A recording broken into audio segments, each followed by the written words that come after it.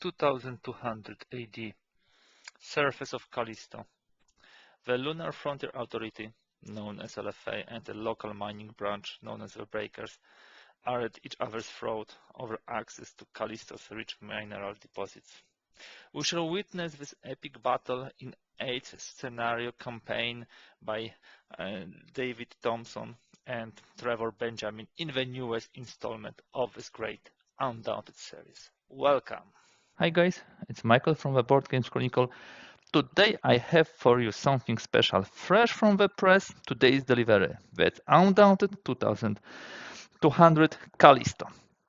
It's another installment in a very popular series by David Thompson and Trevor Benjamin, game published by Osprey Games and following the footsteps of its predecessors. You probably heard about the Normandy, the reinforcements, the North Africa, Stalingrad, Battle of Britain, and now we move into the future. It's, I believe, 6th installment in the series, and this is the first installment which takes us into a sci-fi setup, into asymmetric setup, into the future, far away from the Earth to Callisto, so one of the moons of the Jupiter. There will be a lot of known mechanics, so everybody who played previous installments will probably be pretty familiar with them, and there will be a new additions, new changes, which I'm really excited about to talk and to show them. Today, of course, we mainly focus on the first look at material. So we'll show you the components, show you what's inside, but also tell a bit about mechanics. Rest assured, I will create more stuff like playthroughs or maybe rules explanation, because there is a dedicated solo mode to this game, which I'm really thrilled to hear. You can even see this here, solo mode by David Digby and David Turci. And by the way, the later one I know a lot for making a very good solo mode, so I'm really sure it will be nice here. Without too much talking, let's jump in. The box is very heavy and very sturdy. I was really surprised. Why is it so heavy? And I got the answer pretty quickly later on. But before this, let's look at the back of the box. As you can see, we have nice explanation of the set of the situation. We see the cards of both factions. We talk about them in a moment.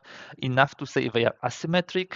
The blue faction would be like Corporation, who was mining the Callisto, and the yellow faction are the actual miners who don't want to be, subject to this Corporation new regulations and stuff like this. We see the example of the map. You might see this is completely different than the previous ones, and also the components with some information also about suitability to the year, length of play, and the components list. So let's see what's inside and why is it so heavy? What's there? You might ask yourself, in the previous installment, it was never so heavy. So let me put it here. Okay, and we start looking at the stuff. Sorry for the small glare. I will put it in an angle so you could see it clearly. So first of all, we have counters. And the first thing which immediately is in front of us is that there's a different number of counters for the blue faction and for the yellow faction. Interesting, yeah? And there are different names on them and seemingly different, defense values. Wow, it's something unusual for Undaunted. We will have asymmetry. This will be, of course, the control markers, which behind will have scouted markers. And here we have some additional markers. Let me bring it closer to you guys so you can see it more clearly. These are the communication markers, buildings which evidently have its defense value, but they also provide some defense value to the units occupying the hex. Then we have some pit traps. What would it be? On the other side, we have a bunker site. Wow, 8 plus 1 to defense, and evidently 1 victory point comes here too. Escape pods. These are the doors. These are the, of course, suppressed sides of the counter. So yeah, you can see them really nicely, clearly. Corpsec, Merc, Scout, Stalker, and Corpsec. So this is the corporation units. They are sending some mercenaries and security forces to restore the order on the Callisto. And here we have the miners, blasters, disruptors, scanners, survey technicians, nail gunners, who actually don't want to anymore, suffer under the corporation regulation. Then we have another tray of counters. Yeah. This is only for the solo mode. This will be civilians, and on the other side, it will be prisoners. Each side will have like two forces, which are stipulated at the beginning in the scenario description, and it allows to really nicely divide them into also 4 players, because you can play solo, 2-player, and 4-player. This is, I believe, only for the 4-player game, which show who is commander. This initiative tracker token, and then we have also some equipment. So evidently, this is mining equipment like hauler and drill. 4 shield, and this gives additional shield to the miners. And here evidently are some mercenaries like Hades, Centurion, Artemis, Vulcan, Lyssa. You see the asymmetry everywhere in the units, evidently, but probably on the cards too. Now, one of the biggest surprises I had, because this is definitely a surprise, is how the maps are created for the Undaunted Callisto. They are pre-made. We don't have, the square, let's say, pieces where you were building the map, or maybe, for example, in Normandy, or the hexes like you had in the Battle of Britain. No, you have a pre-made maps. Let me show you the scenario one. Yeah, map, and let me tell you a bit about it. First of all, I like the color palette. It's dark. It's sci-fi orientated. You have all important information here, like scenario 1, location, who is starting initiative, LFA, lunar forces associated, something like this. Breakers are the miners who were on the Callisto. You have objectives, you have starting units, also with a division if you would like to play in 4 players. Yeah, so this is cool. The map, because it's pre-made, does not have to follow, those rectangles or those hexes. It's completely different. And what can we see here? This would be the starting area of the forces. Force 1 and 2 will come here. Force 1 and 2 comes here of the blue. You can see something new in the game, elevation. So this is elevated terrain, which is up regarding other terrain, and you will be using different dice. We will see a dice in a moment, but in essence, if you are on the same level, like firing from here to here, you will use D10, like in other Undaunted series. If you fire from the higher elevation to lower elevation, you will use D12, which gives you more probability for success. But if you fire from the lower elevation to higher elevation, you will only use D8, which diminishes your chances for success. This is the victory point. This is addition to your defense value. Yeah, victory point +1 to defense, as we can see. So this first map is pretty interesting. You have a towering space in the middle. You have a kill zone around it, and you have evidently victory points here. The blue faction starts with 2 victory points. The yellow faction does not have any victory point at the beginning. So this is really interesting.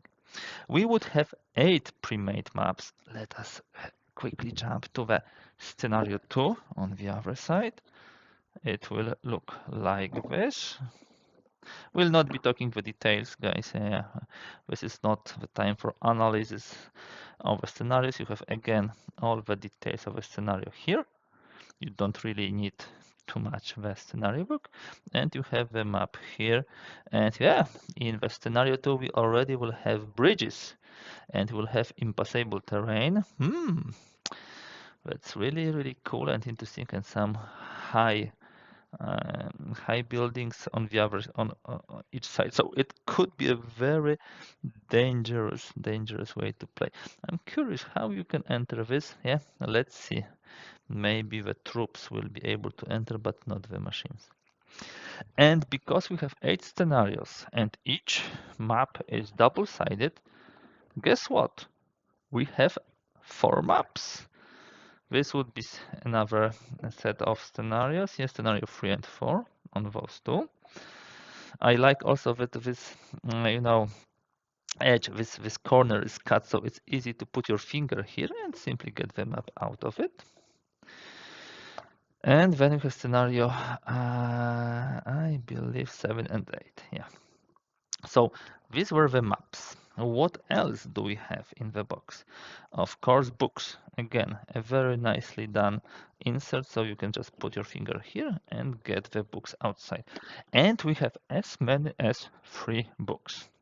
The first one, no surprises, is the rule book, not overly long, and done in a pretty nice black background style with components described, with all the details of the cards. Here the board spaces, setup, additional information, how to play, and there will be also, I believe, a description of all the actions, as always in the Undaunted series. Exactly. And example round. At the back, you will have everything. So round structure, how do you the movement actions, what type of them do you have, how do you support actions, combat actions, and what the icons mean. Very interesting is also this welcome, which tells you if you played Undaunted before, here are the key elements which change. And let's stop here for a moment. First of all, the control will work like in Stalingrad. You push your unit to the area and you can take control of it. However, if your opponent controls this area and has a unit, you cannot take control of this. You need to first put his unit out of action, push him out of the space, which you can do by killing him, but also by using the new attack mode, Pulse, which can push the unit out of the hex. Once you take control of previously controlled hex by the opponent, you switch his control to scouted and your scouted to control. Second change is that we have 3 dices. I told you D8, D10, D12, depending whether it's you fire against higher level or lower target.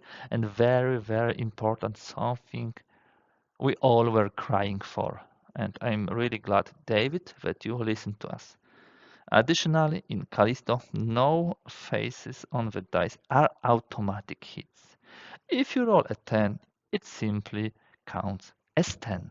So no more, hunkering down somewhere deep on the map and just rolling and hoping for 10s. No, you need to get closer to be able to hit the enemy. Then you have a regular scenario book in Undaunted series.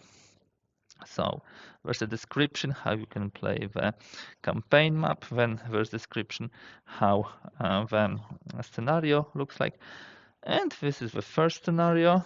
There is, of course, the background. There is a remember, and then the setup. So the forces, also some other stuff. So interference would be something like fog of war. What map do we use? Setup icons. And honestly, all this stuff is also here on the map, so you can just use the setup from there. And as I said, there is 8 scenarios. They are increasingly more difficult and use more rules. You can play them individually, but if you play them one by one, a story also develops, and you can feel like part of a movie, part of a book where things are changing. So 8 scenarios altogether, and also a very nice space for making the notes. The third book, and guys, this is the biggest one, is a solo rule book. Interestingly, there are not too many solo rules, but because each and every scenario will have like 3 sub-chapters. That is why we have so many pages. Each scenario will have solo scenario, scenario title, and general information. Then if we play versus LFA or if we play versus breakers. Let me double check what does LFA stands for. The Lunar Frontier Authority. Okay. And local mining branch known as breakers. Okay. They probably break from the domination of LFA. So the description how to play is not overly long. 1, 2, 3, 4 pages, 6 pages, 8 pages, 9 pages, and then example. And after the example, you have solo scenario, the setup of the scenario and explanation.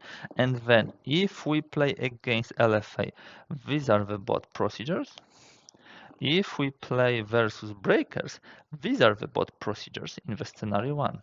And that's exactly the how the whole book is created. So similarly, scenario 2, all the setup here, the description and information, and then how the LFA bot will behave, how the breakers bot behaves. So I really like it.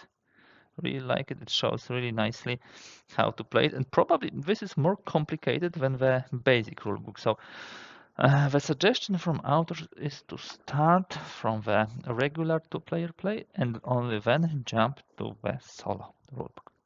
What else do we have? Dice. Oh yes, a lot of them.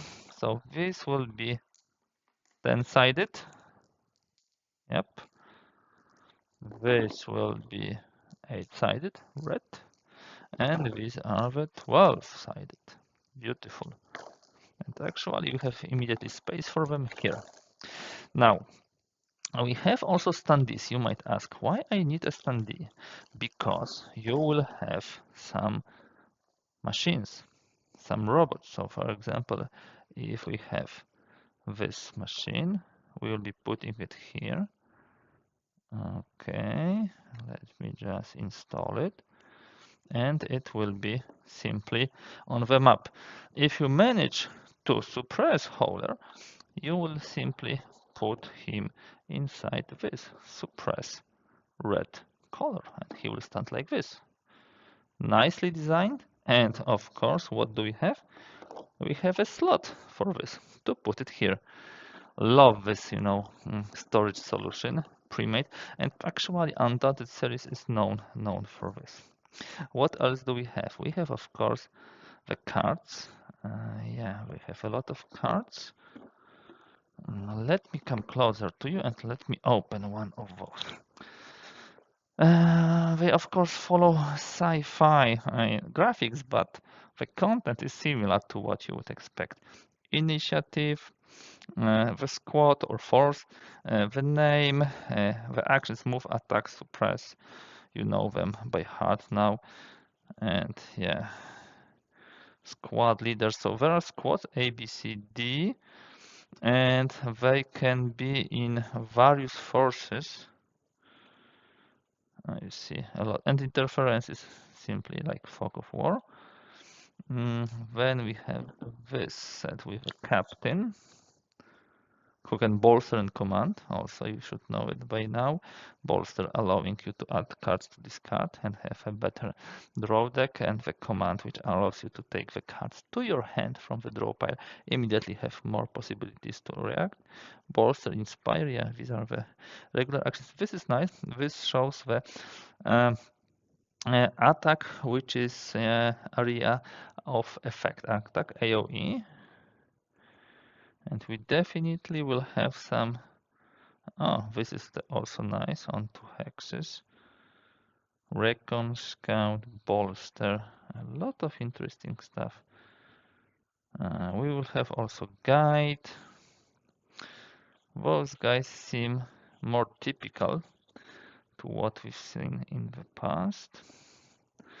And remember, these are security forces, these are the miners. Supervisors, squad leaders. Yep. Blasters. Oh, they have nice attacks. Survey technicians too. Reaper. I love the names. Squad leader, survey tech, Reaper. So this will be my yellow deck, and the yellow deck will come here. And let's open the second part of a blue deck. Yeah, navigator, commander. I see again they have some area of effect and also blast. Wow. These are asymmetric forces of attack and suppress. Gunner. He cannot move, by the way. Wow, drone, inspire. That's something completely asymmetric. Really would like to see this in action. Let me put those cards here. Okay, guys. I believe, yeah, we will stop here. I don't want this to be too long.